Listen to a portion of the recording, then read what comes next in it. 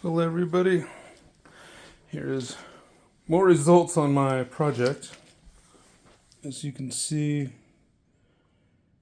it had rooted, but the decision I made was to pull it up and make a cutting of the very top green, because all the results I've heard is these are the spots that are going to give you the best results.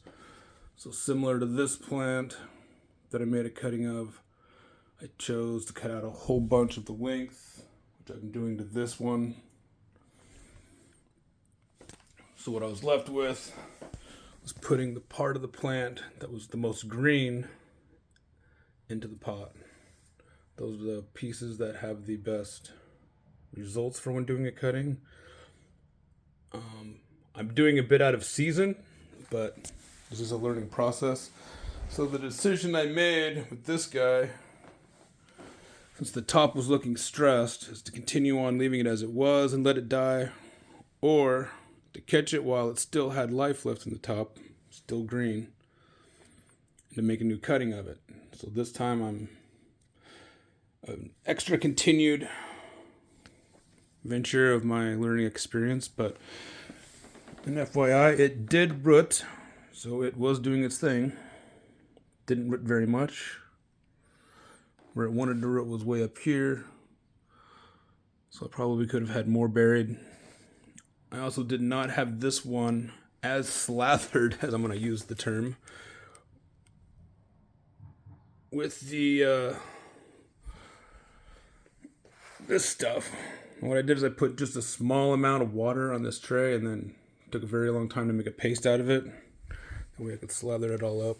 Got it all over the thing. Try to get it into the nooks and crevices where it looked like this, because this part down here is very solid still. It seemed a little soft up here where I touched it. So it is definitely stressed. Hopefully this is going to be more of what it needed and wants. Now if this guy does not take, I'm going to find out. As of right now, I'm just putting him right back in his old hole. And when I pulled it up, I could tell that it had rooted because it pulled up some of the dirt. But now,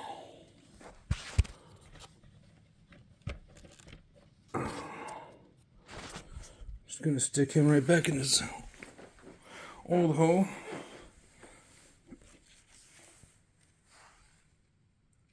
See where my results go. And I also did a different thing with the pot. I just got extra big tubs from Ace. These are the size of a 5-gallon, but shorter. And then I took the smaller guys and just put them inside. The smaller guys, I drilled holes in the bottom of them so they drain. And I also put rocks in the bottom to give myself a little bit of a space. And we'll see what happens.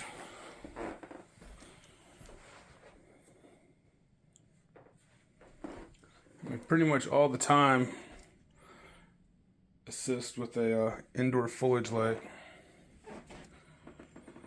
This is probably going to take a month before it starts to do green like it is over here, but it's popping out already.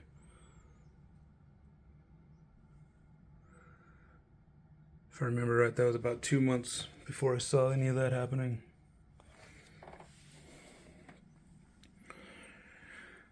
And I'm probably next week going to be moving my attention onto this guy. And again, from what I've been told, the best place to get a rooting from your cutting is to go up in spots where it's new and green, or even like up in here, but that seems pretty high up. Considering I got results out of the first guy when I put this stuff into the ground, I'll be cutting it here again and then chopping this section out. So I'll be going into out here. I'm gonna come all the way up here, cut this out, and then trim these off and make it root. I know I've turned my plant that was too tall and touching my ceiling to a plant that's manageable and multiple.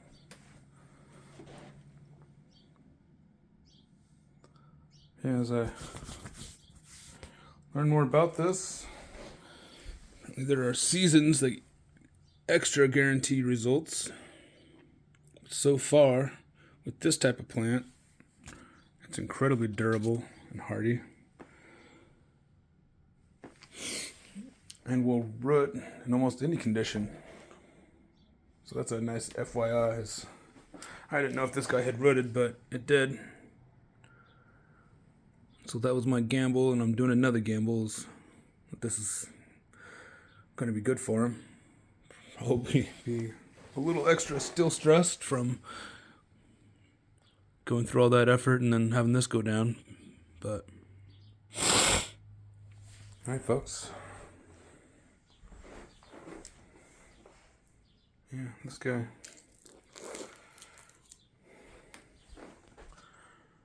I will keep you posted. Oh, and I'm Dan, by the way, if you haven't figured that out.